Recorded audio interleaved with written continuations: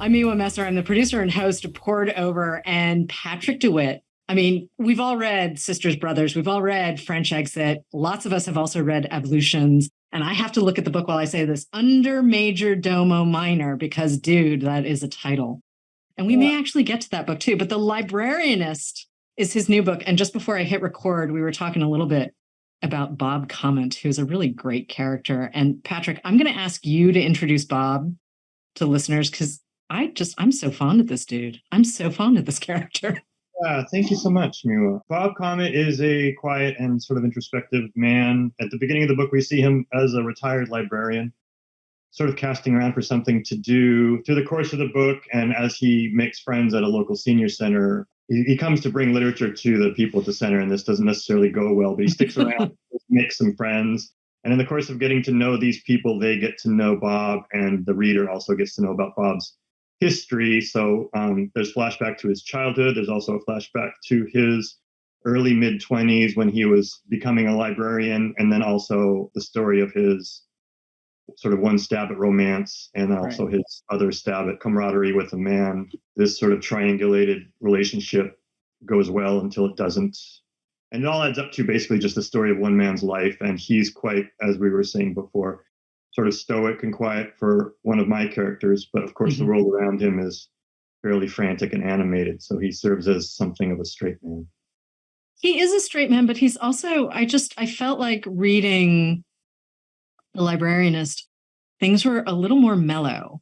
And granted, I had just done a massive reread of all of the earlier books. And so in comparison, this is kind of a quiet, lovely book. And obviously, we're going to stay away from spoilers because the book has just come out. Yeah, I really liked this dude. And I wasn't entirely sure what to expect. I mean, there is Ethan, the chaos machine. Right. There is Cindy. I mean, there's part love story, right? There's a little bit of an Odyssey story that happens in the flashback. I mean, there's stuff that I think of when I think of you and your novels. There are elements that I recognize from earlier books. But it is something of a departure for me. I think it is, more overtly melancholic. I think that it's just sort of quieter and it's a more still piece than some of the earlier works. This probably is just a natural occurrence, but I think that this mood was probably exacerbated by the pandemic. Yeah. And just life during that period of time for all of us was fairly complex. And I think I was a little bit subdued or blue during the making of this book, and that's just reflected in the tone of the story. Yeah, I was going to ask if it was your pandemic novel because it also took a little bit longer. It's a much longer period between French Exit and this novel than it seemed to have been like 2 to 3 years sort of between each of the earlier books. Am I getting that right? Yeah, this one took like 3.5 years from start to finish, and it was really complicated. And I lost some work in the beginning through a computer error, and I couldn't really get a grip on the character. Bob Comet in an earlier draft was a much more sort of traditional character for me, in that he was a bit of a wild man. And Bonnie, his ex-wife, was the protagonist, and she was the librarian. And so it took me longer to French Exit. In contrast, I sort of sat down and wrote 3 or 4 pages, and those wound up being the first 3 or 4 pages of the book, which isn't necessarily the norm, but I don't struggle typically in the way that I struggled with this book. And I wound up overwriting it, or just writing far more than is the norm for me. It's sort of twice the length of what's published now. Wow. So it's not lost time. That the fact that it took this much longer doesn't really bother me, because I was working through that. I don't know. Some are just harder than others. It seems to be easy, hard is the sort of, so the next one will be easy, theoretically, one hopes. But yeah, it's not about the pandemic, but it's just about the frame of mind that I think I was living in during that phase of my life. When you say the book was complicated to write, though, I mean, you're just talking about structural ideas, and because, I mean, the dialogue feels very Patrick DeWitt to me. Again, there's stuff that I recognize, and I'm dancing around obvious plot points, but there's just some lovely, lovely stuff in this book. And I'm like, really? Okay, so you threw out, again, like half the length. I mean, it sounds like it was double the length from what you just said. A bit less than double, but, a few hundred pages, few hundred pages. And it was just more or less the book that you see now, but just more of it, Okay. And I printed it out and recognized that there was a book a book in there that I would be proud of, but I was just not nearly there. Typically, when I print out a first draft, I'm closer than I was with this one. So that was, a year's worth of quite brutal and gory edits and rewrites. And I have to say, too, when I first saw Bob's name, I started to laugh because, obviously we have Eli and Charlie sisters, and we have Lucy Minor, and we have Frances Price, and now we've got Bob Comment. And I love that last name. I just think it is so smart. But can we talk about the creation of Bob for a second? It seems on the surface that he's going to be this very pedestrian kind of guy. Yeah. And yet he really is a comet. I'm sorry. I had to go there. I'm so sorry. Yeah. I mean, things happen around him, and, the emotion related to the occurrences of his life travel through him in the same way it does for all of us. I think he's just more subdued in terms of his reaction, and he's not an alpha. He's not an alpha character in the way that, say, Ethan, his friend, sort of barrels through life and takes what he wants. And Bob is much more observant. And I can relate to both of those characters, but I think I skew a little bit more Bob than Ethan. And the character of a librarian was something that has been percolating for a while, or also just somebody who lives his or her life with books, as books have been for so many of us, that's like the constant companion. And so what is it like to sort of live your life through the books you read? I also wanted to show a character who, I have a great admiration for booksellers and for librarians, obviously. And I think that it's for the people who really inhabit that role, I think it's a very special vocation. And I just admire people who devote their lives to the perpetuation of literature. It's something that's critical in my life. So it's sort of a doffing of my cap to people who do that. But yeah, the character of Bob, in terms of his relative simplicity, or, his placid point of view, I had the sense of, I don't know if growth is the right word, but it is a different kind of book for me. And that was exciting rather than frightening, and showing less and giving less and leaving more for the reader to sort of chew on and consider. Not that it's, I'm still there in the way that I, in terms of being like a shepherding the reader through the universe of the book. But I think I've taken a step back in a way, So I think that there's just more space for the reader in this book, which is exciting for me. It felt a little less frantic. I know you talk about all of the things that sort of happen around Bob and his life, but it's sort of a mellower book. Even though there's so much of you and the voice that I'm used to when I think of your work, a joy to read, don't misunderstand me, but it was really mellow compared to earlier stuff, and a little less frantic is the word that I keep coming back to, because I love that energy of the novels and that constant sort of, because we have to get to the plot thing, the whole voice story plot thing, which we will come to. But I love the idea that so much happens in each of your books, and you can sort of, put your hands over your eyes and go, oh no, oh dude, oh, okay. And that's half the fun. And yet, Bob, I was just kind of like, who are you, dude? Like, what is going on? And as he's sort of making friends and sort of working his way through the world and all of that ground that he's covering, what is love? What does this mean? Do I know what love is? He's a little prickly, but this is a really charming novel.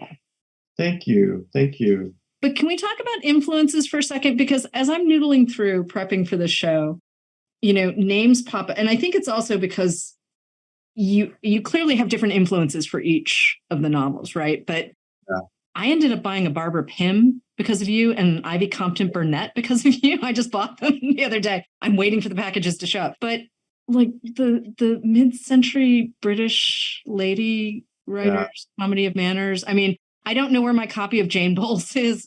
Obviously American, but anyway, there's some stuff. I need to talk to you about some reference points because this is not what I was expecting. Yeah. I was trying to sum up the influences for this book because most books do have sort of specific influences. And so much time elapsed in terms of the creation of this book, and my reading was fairly wide-reaching or wide-ranging during the writing. The influences are less specific, I think, for this one than for the earlier books, but some that I have been coming back to in my mind.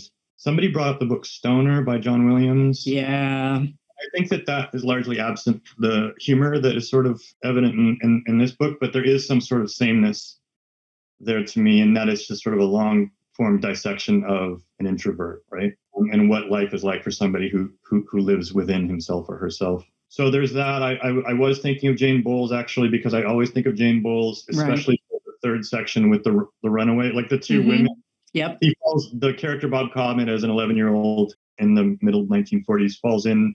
He runs away from home and he falls in with a sort of troupe of, I don't know what to call them, avant-garde pacifist playwrights with dancing dogs.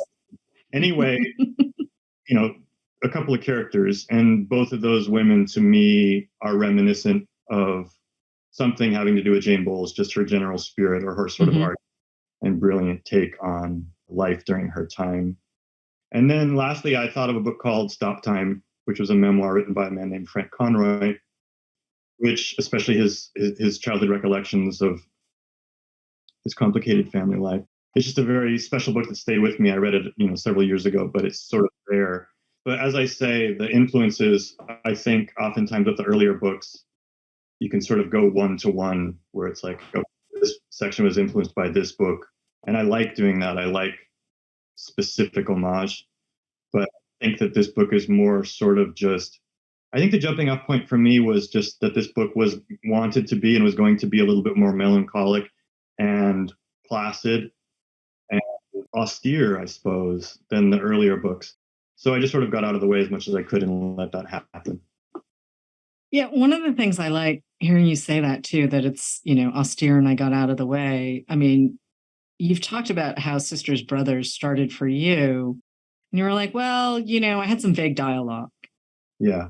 And then Eli got my attention, and then Charlie got my attention, and then the world got my attention. And then you basically just flew through and wrote it. Reading The Librarianist just feels so different and actually quite a lot more interior than I think any of the earlier books. Even Ablutions, which obviously is told in the second person. It's the only time you've done that. And there's that intimacy to using the second person, which I love. I mean, it's a device that I love, and I don't think it would have worked for the other books, but there is an intimacy to The Librarianist that I think it's not that it's missing from the other books. It's just, it's present here in a way that it is not present in the earlier books. And I'm wondering if that just, again, is an outcropping of, sort of where you were when you started to sit down to write it. I think that with a character like Bob, if you give him time to get under your skin, and if you live with him for a while, he does become quite vivid. He did for me anyway, and ideally he will also for the reader. It's funny though, Miwa, because that entire book was written in first person. I submitted it in first person, and it was being edited in first person. And I was speaking with my US editor, Helen, about something had been bothering me, or any number of things had been bothering me. That writing a book, there's always things that are bothering you. But something had continued to nag at me, and it occurred to me that Bob wouldn't speak this much. He wouldn't share this much. He wouldn't say as much as what is considered in the book. And so I rewrote the entire book in third person. And yet, my concern was that it would become less personal and less about Bob. And yet somehow, some way, it either maintained its proximity to Bob or the interiority you were discussing, and maybe sort of made it more so.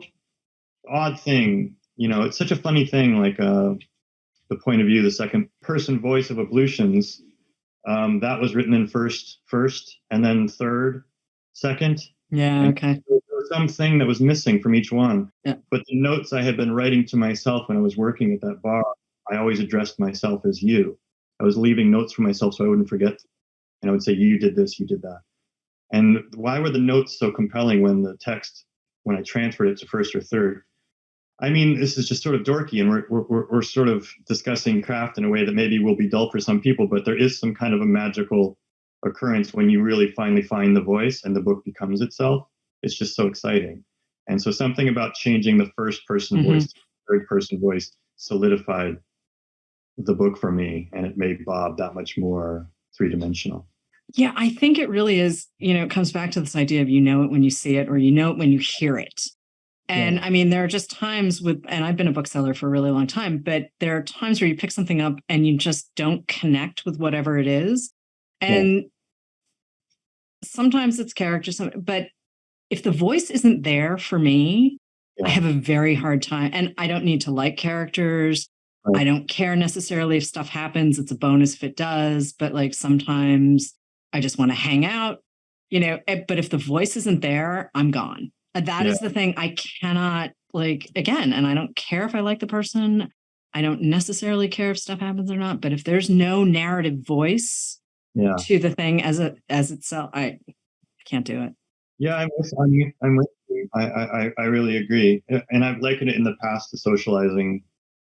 You meet somebody and there's just the frequencies don't align, or they're talking about things you don't care about, or their point of view is alien to you in some way and you can't relate. It's just the same thing with literature for me.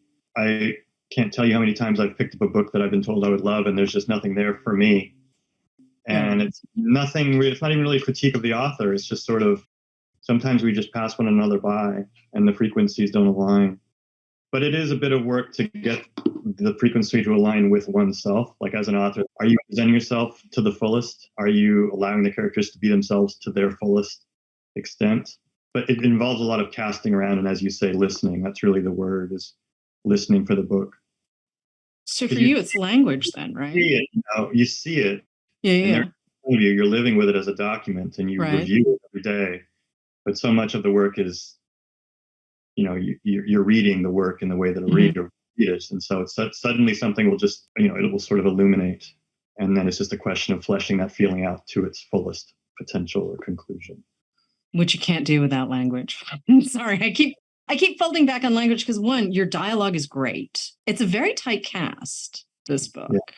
Yeah. I mean, I sort of think of it really as Bob and Connie and Ethan, and then the two ladies that we meet later. I mean, don't misunderstand me, there are other characters who roll in and out, but they're sort of, that cast of five is sort of the soul of the thing for me, at least in my reading experience. And, he meets people later who are just Linus and Maria. I mean, they're great. They're wonderful characters, but those are more walk-ons. It's true. Yeah. And I mean, the people who really made Bob, the Bob that we meet in this book, are those four that I just mentioned.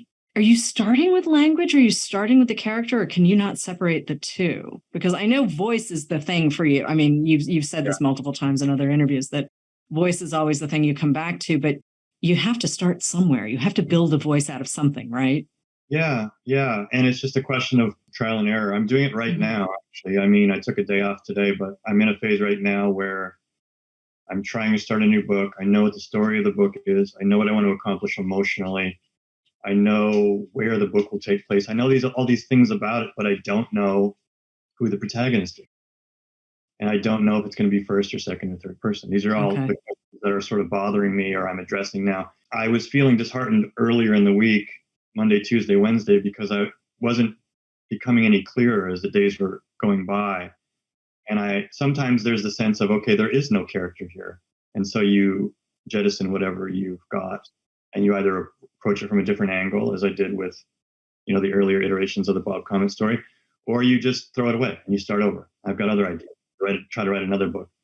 I'm going to listen to myself more now, or listen to the work more now. It's really an uphill battle. I'm going to jettison the work quicker. I'm glad I didn't with this book, and I'm very proud of this book, and I'm so pleased with how it turned out. But at the same time, there's so many stories to be told, and you have to sort of get on with it, right? So to me, 3.5, 4 years is a little bit long for me to go in books. And the earlier sort of 2 years between each one made more sense to me. So as I say, I'm going through this situation now of trying to figure out who this character is. It's getting closer. Oftentimes you'll learn who a character is through his conversations or her conversations with other people. So I've this person up with his father. He's visiting his father, who he hasn't seen in a couple of years. And things are getting really exciting to me. I'm getting closer. I can sense it. I'm not there yet at all. And if I showed it to you, you would just think it was really vague and boring, because it's nowhere near there yet. But as I see this person, and again, it's very much like socializing. You see somebody interact with other people and you learn who they are by the way they listen and what they don't say and their response to an insult or a provocation or a compliment or whatever. So you spend time with these people, and they either become whole or they don't. And when they don't, you throw them away. It's true, though. There are so many variations on stories. that you can tell. You've said that writing Sisters Brothers changed you as a writer, the difference between, the experience of writing Ablutions, which, you're doing in kind of a void. There's this legendary story that you pass a copy off to D.V. De Vincentis, and he's like, I guess I will read this because it is pretty great. Then you have all of the success of Sisters Brothers. Yeah. It's shortlisted for the Booker Prize. Yeah. And while I'm reading the coverage of Undermajordomo Minor, you're referencing a novel that you're working on about an investment banker who flees to France because he doesn't want to go to jail. And I'm like, well, there's the seed of French exit, but clearly that is not the book. So is that the process you're talking about? It's like, I just couldn't get it. I didn't care. I was bored. It didn't work. And then I put it on the shelf kind of thing. Yeah, I had high hopes for that book, and I actually sort of put a lot of time and energy and got a residency apartment in Paris, moved my family to Paris, and I got there and I said, all right, cracking my knuckles and rolling up my sleeves, and here we go. And then every day was just sort of a flat line. So I put it aside and I started writing Undermajordomo Minor, which was much more cooperative and enjoyable for me. And then the book after that became French Exit, and it sounds odd or false or something, but the truth is that I didn't recognize that there was a connection between French Exit and the aborted investment banker novel until either the midpoint of French Exit or maybe when it's even finished. And they're not the same book, but it's the same world, and it's the same. My intention was more or less the same. I devoted French Exit to what would have been the auxiliary characters in the earlier book, which is going to focus on the man. And this man has now he's sort of dead or not dead. He's living in, and he has a sort of cameo in what was going to be his story. But he wound up being a character that wasn't particularly interesting as compared to his wife and son. You amble sort of through this party of people, and you stick to the ones that are amenable to telling their story, and also you're looking for the ones that have a story to tell that's engaging for me as a reader, and then you flesh it out and share it with the world. Does each book change you as you write them? I mean, you've already alluded to how the Librarianist has sort of changed you and has put you in a different space when you're working, but I'm just wondering about the other books too. It's hard to start a book, and you hear about this, like an actor will immerse himself or herself in a role, and then they can't just turn it off and go home, and then it bleeds into subsequent roles, or it can. I think when you spend 3.5 years looking at the life of one person, it's hard to move on emotionally. And then when you try to tell somebody else's story with the next book, it doesn't really make sense emotionally. You're still halfway in this other world. And now I'm just beginning to discuss the Librarianist and discuss Bob Comet. And there's this phenomenon of not knowing, I haven't verbalized. These questions are new to me. And by the end of 4, all the answers to the questions. But in the beginning of the tour, you just don't really know. And so I'm sort of casting around for, how do I feel about this or that? Or how did I come to write this? And you figure it out as you go. But all this to say, the process of having a book come out does not lend itself to the writing of the next book, right? And it's a quality problem, and I'm not really complaining. I'm just saying it's hard to focus on Project B when you're still halfway living in the world of Project A. I'm talking about balance too. I'm going to flip it for just a tiny bit, balancing the humor with the melancholy. Yeah. And not letting the work suddenly get a little slapsticky, which, you have a restraint to your humor. It makes me think of Laurie Moore a bit, where it's just, I know that the dialogue's going to snap. I know I'm going to learn all sorts of great stuff about these characters or wild stuff or whatever. I mean, and I'm just kind of laughing thinking about Ethan, the chaos monster, and he ends up in Acapulco. And that's all I'm going to say there. But I mean, I was howling when he came back, and it was just like, of course, only Ethan could have. Yeah. And here's Bob sort of responding to this very wild story as only Bob can respond to his friend. But that could have blown up in a way. I mean, I could see how easy it would be to let that sort of continue, right? Sure, and instead you keep winding it back in unexpected ways. And I'm wondering for you as the writer, if that is like a fully conscious thing, or again, if you're just listening to what's there and just paying attention to what you're hearing from your characters, or if you're just like, I can't go as far as I want to go? Well, this is what the first draft is for, you know? And then you look at it and, okay, I've gone way too far. I mean, that's sort of the problem with editing for me, is that balance hasn't been mastered yet or met yet. And I think that the balance of this book, or the taste of this book, is different than the earlier books, and that I think that the melancholic is a little bit heavier. I don't know, again, if that's just how I'm going to work now, or this is the register that I feel comfortable in now, or this is just a document of the time. I am feeling, as most of us are, I'm feeling sort of more optimistic than I was, say, 2 years ago, 3 years ago. I mean, there's lots to worry about, and the world is still like a troubling, sickening, vulgar place. But in a day-to-day way, I feel cheerier, which is happy news for me. But what will it do to the book, if anything? The measuring outcomes, it occurs in real time when you're writing the pages in rough draft, but it really happens later. There's no language even in my mind that I use. It's just, typically it's like long comedic conversations can be cut in half, in my experience. But I could go on forever, and I enjoy going on forever. And that's why this book was so much longer than the published version, because if you get a couple or 3 or 4, semi-lunatic characters to discuss the gibberish and garbage that fills up their brains, it's fun. It's entertaining for me. Yeah.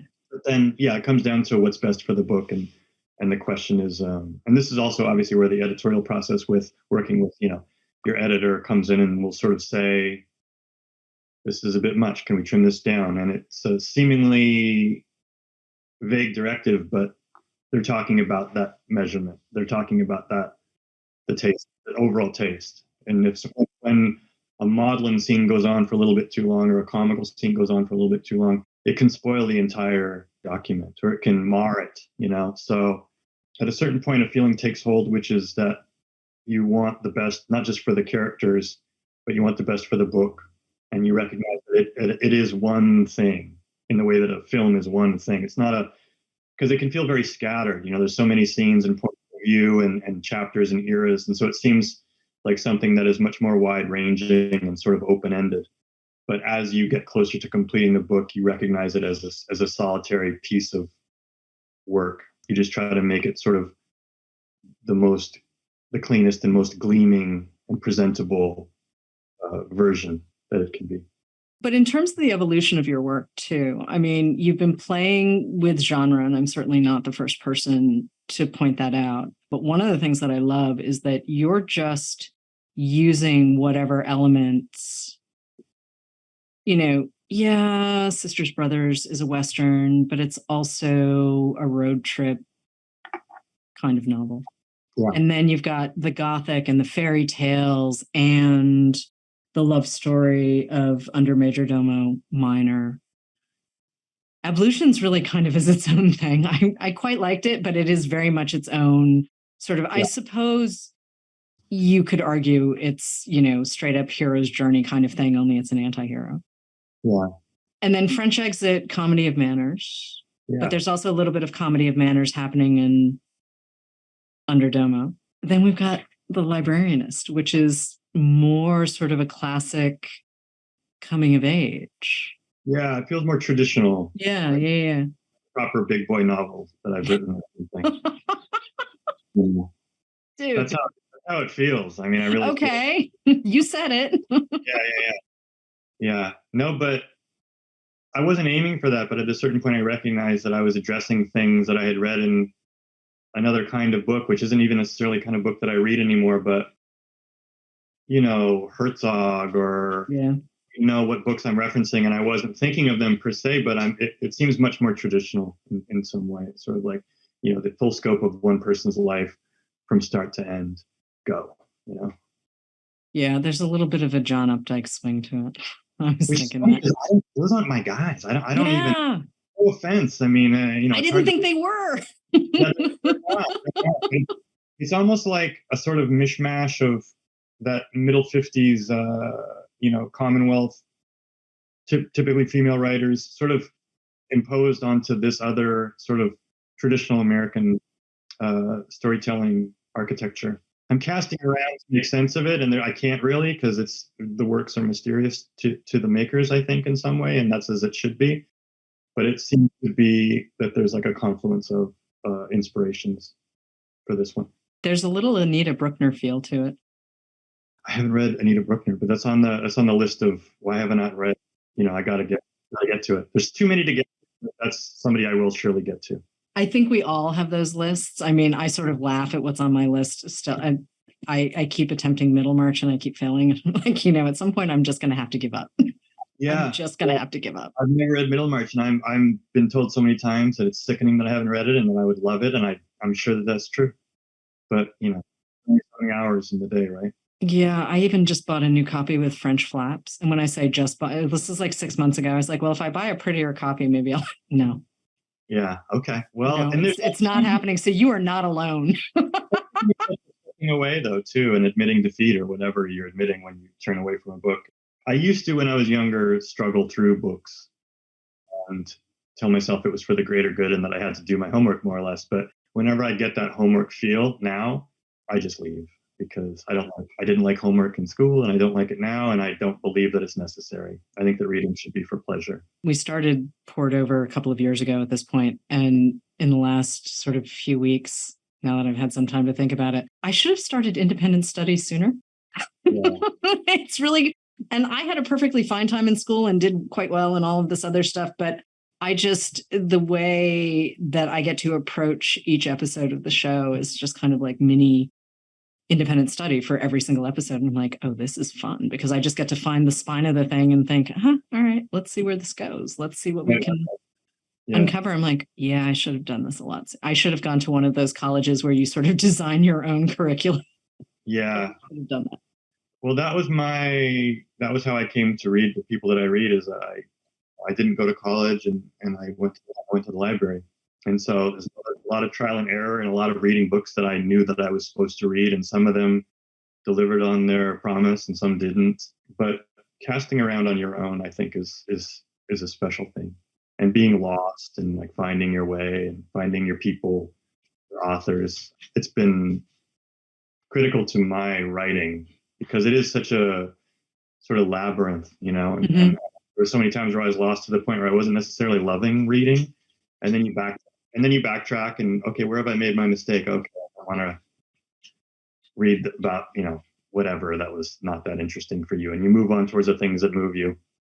The good news is I will never get anywhere near reading all the books that are for me. I could live 100 years and I'll never get, it's endless, it's an endless supply of excellent artworks for us to ingest. So it's totally true. Your dad turned you on to the beats though, right? Am I remembering that correctly?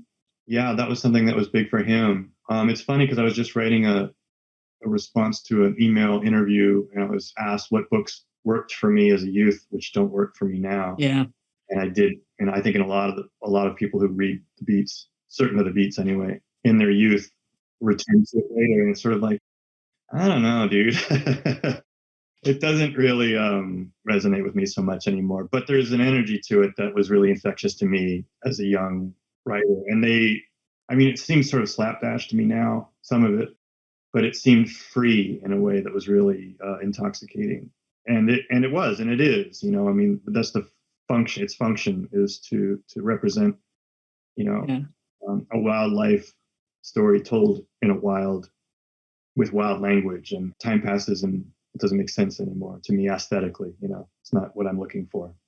Yeah, I tried to reread Henry Miller, Tropic of Cancer as an adult. Oh, dude, do not. That is meant to be read when you were 18. Figuring out that is just not one of those books that you carry over. And I remember reading it, obviously my freshman year in college and thinking, wow, what? And then, oh, no. Like Bukowski, I can't do Bukowski anymore. I have this beautiful edition of Love is a Dog from Hell, one of those Black Sparrow Press editions. Right. And I keep it because it's pretty, but I can't. There's a lot of stuff where I'm like, no, can't do it. Yeah, it just doesn't make sense anymore. I hadn't read Miller's since high school or something like that. I had a similar experience of just loving it and loving its wildness and its vulgarity and everything. Right. And I found this book of sort of like a picture book, it's pictures of him playing ping pong with like a woman with no clothes on, and he's an old man living in wherever he's Big Sur or wherever. Yeah. And I thought, yeah, I like Henry Miller. I'll get this book. And it was Right. cheap. I brought it home. And then there's these interviews, and he's just a repellent, Yes, exactly. you know, woman hating monster. Mm-hmm.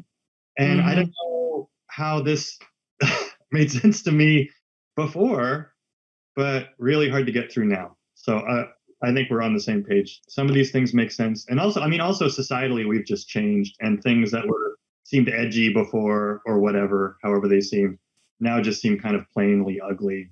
And we don't need them anymore, you know? So we move on. Yeah. And we were barbarians in the 90s. We were just all barbarians. Like when I think of some of the stuff that got published. And this is sort of, as the internet is becoming the internet as we know it, but the kind of writing that people were doing, whether it was criticism or literature, whatever, there was a lot happening. And you could see people sort of challenging boundaries. And a lot of it needed to happen. Please don't misunderstand me. Like a lot of it was exciting. And then some of it was just trash. Yeah. Some of it was just bad. And you're like, wait a minute. Yeah. And I have to say, like, leaving Las Vegas, I remember that when that came out and we were all sort of talking about it and reading it, and all I could think is, ooh, wow, okay, ouch. Every book has its time and has its place, right? And part of what I really appreciate, though, about what you've been doing through all of the books is that there's a timelessness. Like, honestly, I wouldn't have known necessarily. I had a moment where I was thinking, well, this is present day, whatever. And then I realized, oh no, you've got this pre-Great Recession. This is sort of 05, 06 when we're in the present day. But I like that timelessness. I like that idea that Bob is just sort of not a fixed point, but that he is who he is. Yeah. And he's very consistent, which I like. Yeah. And you can sort of see who he is as a tiny person and where like older Bob is going to come from. And I'm really dancing around some stuff that happens. But like many kids, he has done the running away thing. Yeah. Only because he's Bob, a lot happens. It's great. Yeah. I want to sit with the timelessness for a second, because even with the sisters brothers, like, yeah, it's 1850, whatever. And, French Exit, I sort of feel like could be any moment in sort of. Yeah. I remember when French Exit was set to publish, saying to my editor, Megan, this is just really an unfashionable book. This is not a book of its time. And I meant that I sort of realized that, and it's a bit defeating to recognize that, but I think I knew from the start that I was never going to be one of these up to the minute sorts of people. I was never going to be Mr. Hot Takes. I'm just not, it's not who I am. And I think I live largely out of time the way I live my life. Not that I'm not like riding around on a penny farthing and smoking a pipe. I don't mean that. I just mean that I'm not looking backward. I'm just sort of, I feel like I'm out of the game in a lot of ways, and it's not a negative feeling, and I don't mind it. But I think that feeling is reflected in the books. Ed Ruscha, I've talked about this before. Ed Ruscha, Angelino artist that I spoke in one interview. He referenced he's interested in his shelf life.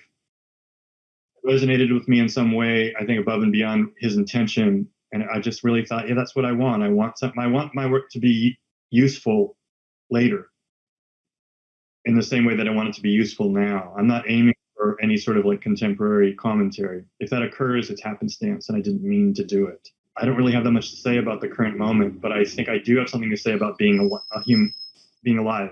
And so whatever emotional information exists in my books, my hope is that it'll resonate for, the next generation as well. And I don't know if that's how I don't know if books will be read to such a degree 50 years from now. Who knows? But if they are, I hope that mine still makes sense emotionally.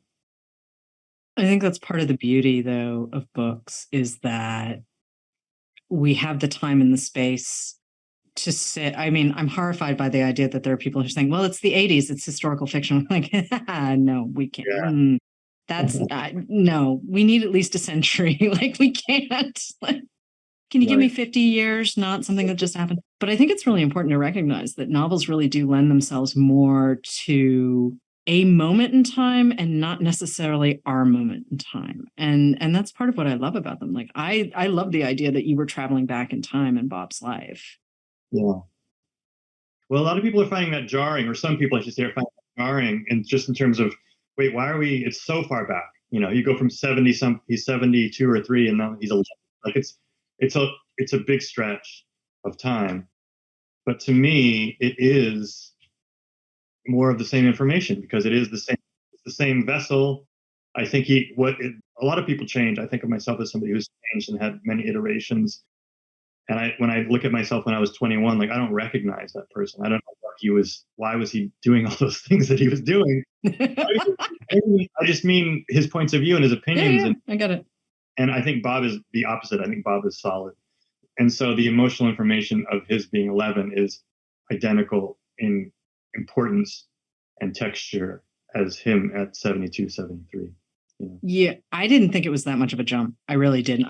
I wanted the information. I wanted to know how we got, because Bob is skittish. He doesn't really know how to make friends. He doesn't really know what it means to be in love. I mean, Bob's mother is a little complicated. He could have turned out very different. I think it could have been a darker story for Bob, were it not for the fact that there's a line about him sort of subscribing to minor amusements, or he's easy to please in that his needs are easily met and he knows what he wants, and he's modest. His ambitions are modest, right? So this is a recipe for somebody who will probably feel relatively comforted and pleased throughout the course of his life. And I think that that's a good model as a way to achieve peace in one's life, is to sort of, I was thinking of my own reading, I suppose, when I was invoking sort of the sense of like, there's a line of a room filled with printed matter is a room which needs nothing. It's a very pro book generally, but I think that that's true. I cannot stop buying books, and I will not get to the books that are in my home. Maybe half the books in my home I've read. I'm always reading. I'm never not reading. But why don't I stop buying books? And the answer is because I can't, and because I don't want to. And I'm shoring up for my ongoing quest, right? And the quest is endless, or it ends when you die. So until that point, I will continue to seek out ways to spend my time wisely, or a way that I feel is wisely. And there's no wiser way to spend time for me outside of spending time with my loved ones than reading a book that makes me want to write, right? That inspires me to continue to write. And reading is an act of connection. There's so many people who think that reading is like a solitary, quiet, weird thing that you do in the corner. And I'm like, no, actually, it's a way of connecting to all of this stuff that is so much bigger than you or your life or anything else. It is this active thing. It's not just kind of, noodling through whatever. I mean, you're unscrolling a story in your own head. I mean, some people see books very cinematically as they read. I mean, everyone has a different experience of a book because they bring their own life to the book too, has their thing. Yeah. If I feel lonely while I'm reading a book, it means that the book isn't working for me. If I'm reading a book that is working for me, loneliness is the furthest thing from my mind. So, and I think that that's something that Bob can very much relate to. And this is why he's occasionally being described as sort of a sad man. And I think that there's an aspect of sorrow to his life or his life experience, but he would maybe not be able to relate to that summation of his personality because he's had all these friendships, with the authors that he's read, and those are real friendships. And it is a collaborative medium. When I'm reading a book by an author who I think is really nailing it or really getting to something meaty, it's such a lively conversation. It's not one way. It's a two-way communication. And that's one of the miracles or magic tricks of the written word. I'm also one of those people who writes all over galleys. I don't necessarily write. It depends on what I'm reading for. I mean, if I'm reading just for pleasure, then chances are good things are not getting marked up. But if I'm reading for work or the show, I dog ear, I pencil, sometimes I yell at the text. We all have opinions, but also it's looking for sort of the spine of the story, right? What's the thing that is going to drive a conversation forward, or what's the thing where you're like, I don't think we're going to talk about that. Yeah. I don't like giving away spoilers. So, that's an easy sort of decision to make in the, we're super not talking about that, because the joy of Bob's life sort of unfurling in front of you. And it was a gentle sort of ride through a world that I wouldn't necessarily be part of. Yeah, I mean, there's the book thing and everything else, but Bob's life is quite staid compared to mine, and a lot happens in Bob's life. Yeah. Do you miss him? Yeah. I mean, I still think of him a lot, and now I just got the proper copy, so I just got the hardcover copy of the mail. And there's an era after the composition of a long form project where you're sort of wondering, I'm no longer living in it, so I'm outside of it, and I'm looking in at this thing, and it's always a little bit mysterious to me. And this is why sometimes it's difficult to answer questions about the composition of a book. How did this book come to be written? And it's just sort of, the answer is I don't really know, other than I showed up every day and did what I thought was just and best for the characters. But after you say goodbye to the characters, they definitely linger. It's not problematic. I'm not weeping at the loss of Bob. Right. But there is also wondering about him in some way that maybe feels odd, and that he's not a natural person, which I'm aware of. But yeah, a character's gotten under your skin when you sort of miss them, I guess is just the word. And I missed Eli's sisters. I miss Francis Price. I don't really miss the protagonist of Ablutions that much. I do miss Bob. And but there he is, so anytime I want to see him, I can just go take a look. Yeah, and Ablutions too, to me, is someone who's learning the craft. Yeah, it's a great read. I flew through it. But the training wheels just came off with that one. I think I swung pretty wildly this way, in that's a book written by somebody who was not even considering that the book would ever be read. It was, and I don't mean that in a bad way. And in some ways, I think that it's some of my better moments are in that book.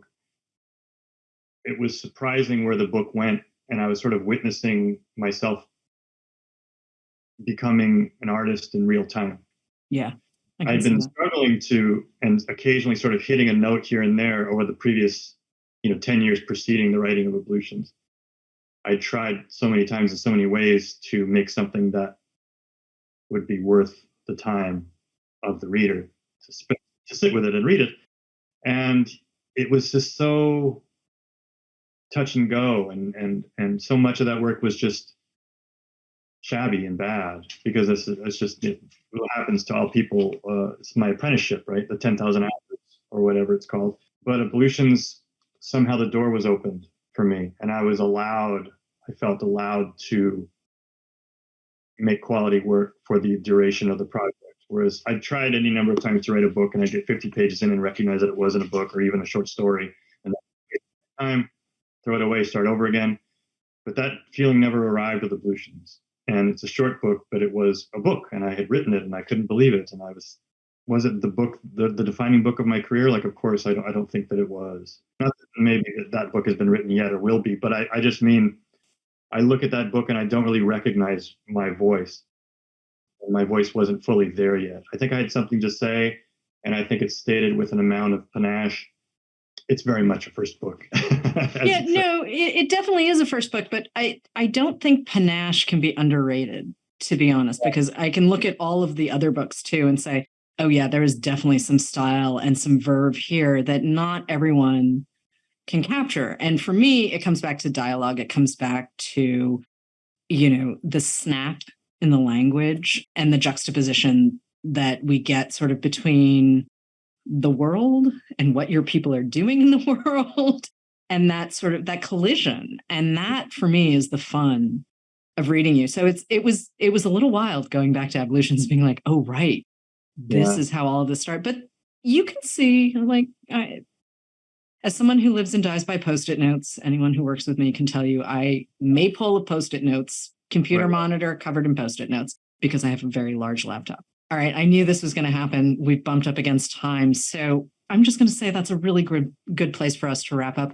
Patrick DeWitt, thank you so much. The Librarianist is out now. If you haven't read Sisters, Brothers yet, or French Exit, or Ablutions, or Undermajordomo Minor, Well, those are available too, but maybe you should just spend a summer with Patrick. Thank you. Hello, readers. It's time for another TBR Topoff. We're going to recommend a couple of fantastic books to pick up when you stop in for your copy of The Librarianist. I'm Mark at my Barnes & Noble in Cincinnati, and I am joined by two fantastic book buddies who are going to take the reins, Jamie and Mary. Jamie, why don't you go ahead and kick us off? Okay, Mark, I am a Patrick DeWitt fan. I think he has such a unique voice. I almost had a hard time coming up with a single title to recommend. All of his books are so different. But as I was looking at The Librarianist, I started thinking about other books where there's a seemingly inconsequential person who's at the center of a much larger narrative. And I was reminded of The Fifth Business by his fellow Canadian Robertson Davis. This is the first book in a trilogy, the Deptford trilogy. The last time I read this book was probably before Patrick DeWitt even began writing books. It was certainly written before he was born, so it's from a different era, but it's a hugely influential novel, and it's a fun read despite being pretty hefty. It's got some very smart humor inside. The idea behind the book is that the main character, Dunstan Ramsay, or we'll call him Dunny, he's our narrator, he himself is fifth business, which is a theater term that refers to a character who plays a significant but very much supporting role in the drama, a little bit like Bob Comet. And the difference, I think, is that Bob doesn't recognize his impact, while Dunstan absolutely believes he is the key to all these big consequences and is trying to convince others of his significance.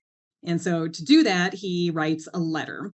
He's a teacher at a college, and they write him up in the school's paper, and he takes issue with the description of him as a sort of boring history teacher who's never lived or loved or hated anyone or gone on any adventures outside the classroom. He has not, in fact, led a dull history teacher's life, and this novel is the letter he writes to the headmaster to complain. And in it, he reveals this incredible life story that kicks off that trilogy. So he starts with the inciting incident, the event that he believes is responsible for everything that's going to come after in his life and in the lives of everyone at the scene. And it's him as a young boy in Canada playing in the snow with his buddy Percy. A young couple approaches them. Percy makes a snowball, aims it at the young couple, and Dunny steps in to save them from being hit by the snowball. Only he doesn't step far enough, and the snowball hits the woman in the head, knocking her to the ground. She begins screaming. Ultimately, she goes into early labor, and they never see Percy at the scene. They never see him throw the snowball. So in their mind, this couple's mind, it's Dunstan who has caused this event to happen. And he feels hugely guilty and spends much of his childhood trying to make up for that. And it's a feeling that he thinks informs all of the choices that he makes later on in his life. Turns out, though, that the feelings that he has in that moment and about how its significance and his role in it are not at all what the other people in the scene believe. And so he sees himself as a key player when really he's fifth business. This is just the setup. This is a very complex and rewarding story that is marvelous and magical and full of the unexplained. We get to follow Dunstan to foreign lands where he studies saints and miracles, and we follow him to battlefields and finally to a stage where he begins to work on a biography of a magician he admires named Magnus Isengrim. And his time spent with Isengrim's troupe features some of the most memorable characters I've ever encountered in literature. They have stuck with me for decades. History unfolds like a gorgeous story in this book, and he does a great job of blending the past and the present with the factual and the mythological and the horrifying and the hilarious. And even if his role in it is small, it does make for a truly great tale that I don't want to spoil. So that is The Fifth Business, the first book in the Deptford trilogy by Robertson Davis, which sets firmly in my books everyone should read list. Oh, fantastic. I'm adding it to my list today. It gives me a little bit of a John Irving kind of vibe, definitely a DeWitt kind of feel. So fantastic choice as usual.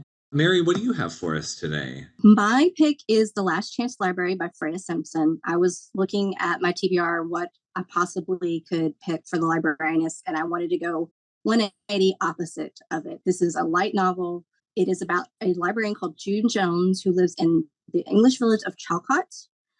She has a cat named Alan Bennett, And June is grieving her mother's death, and she's basically hiding in the stacks, reading War and Peace and making up stories about her patrons based on what they check out from her. June has to come out of the stacks when she finds out that her branch of the library is being threatened with closing. And you meet all these characters along the way who encourage her and say, you are the person who needs to speak for the books. And she is very shy and very inside her head and in her grief, and she refuses. And we meet old loves and old friends, and we're like, you're the person who needs to speak for the books. And to save the books, she has to come out of the books. So this is her journey of coming out of the books and learning how to use her voice. And that is The Last Chance Library by Freya Sampson. That's a super charming title. I am always a sucker for anything that has to do with books or libraries as sort of a thread throughout. And that one was a really cute one. So nice choice. Thank you both for your picks. But that's all we have for now. So thanks for tuning into Poured Over. Please make sure to give us a rating and subscribe so you never miss an episode. You can also follow us on our socials at Barnes & Noble. Pretty simple. I'm Mark. You can follow my home store at BN Westchester. Jamie, Mary, where can we find you? I'm Jamie. You can follow me at my home store at BN Leawood KS. I'm Mary. You can follow me at my store at BN Beaumont, Texas, TX. Thanks for tuning in, everybody. Happy reading. Bye.